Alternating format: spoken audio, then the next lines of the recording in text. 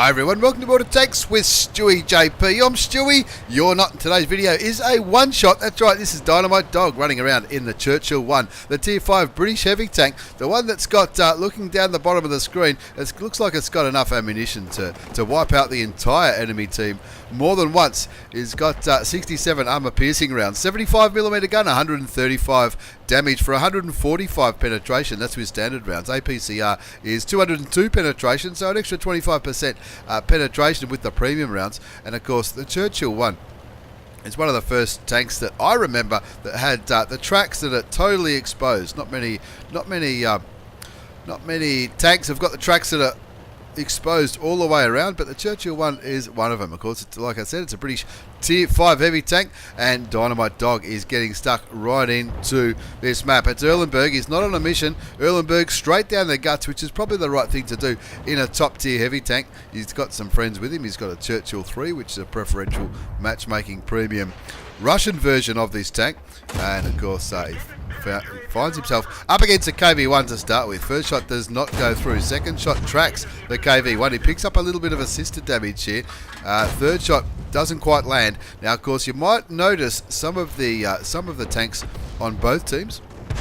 If you look very, very closely, they've got a colon on either side of their name, and also a little symbol, which is a symbol the size or the shape of a tank, and that's going to indicate it's a bot. If you play on the Australian server or the Asian server or the Latin American server, then at low tiers, I think it's tiers 1 to 5, bots have been introduced into the game for the low population servers to try to encourage players, especially new players and players who play low tiers, to get full games. I know on the Australian server it can be very, very challenging to get a low tier game, and this replay is the first replay I've seen featuring the bots on the Aussie server. Dynamite Dog from Mad Clan in the Churchill 1, he's already up to 558 damage, 505 assisted damage, really trying to bully this Stug. He's bounced a few shots from that from the German tank destroyer. He's winning 4-2, and he's not showing any signs of slowing down. The thing with this Churchill 1 is the same as the Churchill 3, which is the premium Russian version of this tank, but I think with the Churchill 3 the tracks are covered. I think the trick is to keep moving, because it is a pretty slow moving tank. You can see he's only doing about 23 kilometers an hour, and he's rolling down this railway line heading straight for what was last spotted on the minimap, the M7, the Striv M42 and the Sherman 3. His friends get rid of the T24 and the M7. He's up to 600 damage, 774 assisted damage. Now looking to farm some more damage on the back of the Leopard. I'm not sure why the Leopard was all the way back there. Maybe he wasn't too confident to help push into Dynamite Dog's team. Dynamite Dog at one team, one kill, 726 damage, 1000 assisted damage, a little bit of block damage. Now it's time to start giving that Striv M42 a little bit of grief. Like I said earlier, the bots on the enemy team, we'll see the result at the end, how they went. The score's 9-2, 9-3 now as the M4 goes down to the T67. The bots are there to make up the numbers basically, but I'm told that they're programmed to attack when they need to attack, to pull back when they need to pull back, but some bots are better than others.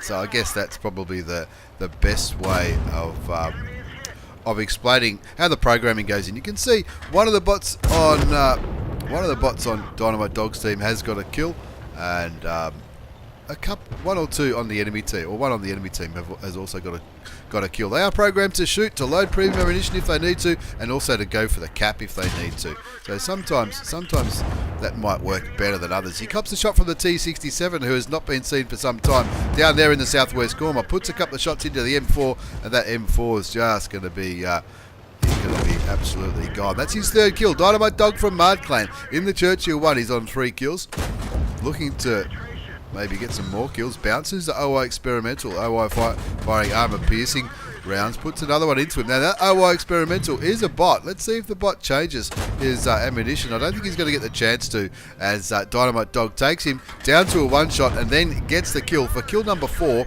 on Erlenberg. 12-4 the score. Now this is going to be a fast and furious one-shot battle. 12-4, only 3 tanks remaining. 2 T67s. Now they're in a platoon.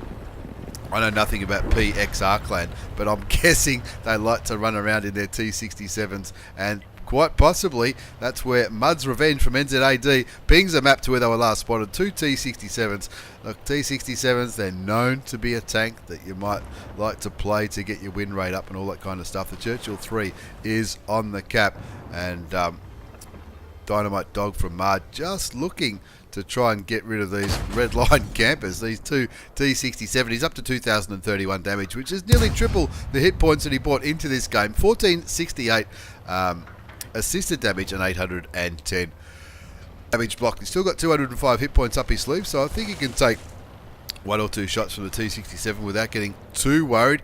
Hopefully he doesn't drown himself crossing this piece of water. We've all played Erlenberg and seen people misjudge the water on this crossing, the southern and the northern crossing, and of course that has been the demise of lots of tanks at the beginning of the game. GG puts in the chat, because with the score on 14-5 and 10 seconds left on the clock, that's about it. But he gets a platoon invite from Mud's Revenge on 5 kills, Dynamite Dog on 4 kills. Between the two, they certainly did carry it, and that's a good thing about dynamic platoons. Often you can get yourself an extra medal, which is what we see here. It was an Ace Tanker Mastery Badge for the old mate Dynamite Dog.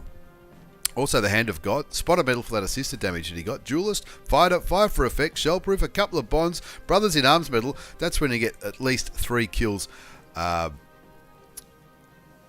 3 kills each and survive, and that's a good thing about these dynamic platoons. If you send that platoon invitation, you can get that Brothers in Arms towards the end of the game. Steel Wall and High Caliber, not too bad at all. We carried the hell out of that one, and a shout out to Mud's Revenge in the Type T34 as well, who did nearly 1,000 damage and 5 kills, but Dynamite Dog had an absolute ripper. 2,156 hit points of damage, 4 kills, 1,465 base experience. He fired 27 shots, 23 hit, 19 penetrated, 1,468 assisted damage, and 810 damage blocked. Now with the bots, you can see the bots sort of, some of them did okay, some didn't. This guy down here in the Excelsior looks like he just drove and didn't even fire a shot, which is probably a little bit concerning. Same with the Churchill 1 and the T50. He did fire a shot, and he did get shot a few times and died pretty early by the looks of it. This guy here got a little bit of damage, 119. This guy got 287, one 590, and one got 529 and a kill. So you can see that the bots, even though the bottom ones did sweet FA, the ones up near the top, well, the top one got 4th on damage and experience. 4th on experience, I should say, in that game with Dynamite Dog. He made 53,332 credits.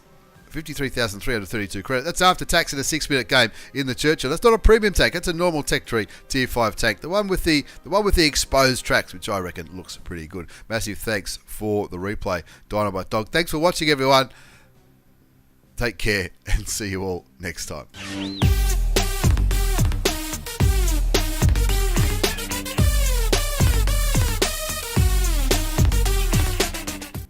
Once again, thanks for watching. Have a very, very, very Merry Christmas tomorrow. Stay safe. Please don't drink and drive. Take care of yourselves. Look after your family. All the best for Christmas. Massive thanks for the support throughout 2018. And I hope to keep doing this for as long as we can. Take care. Merry Christmas for tomorrow. Ho, ho, ho.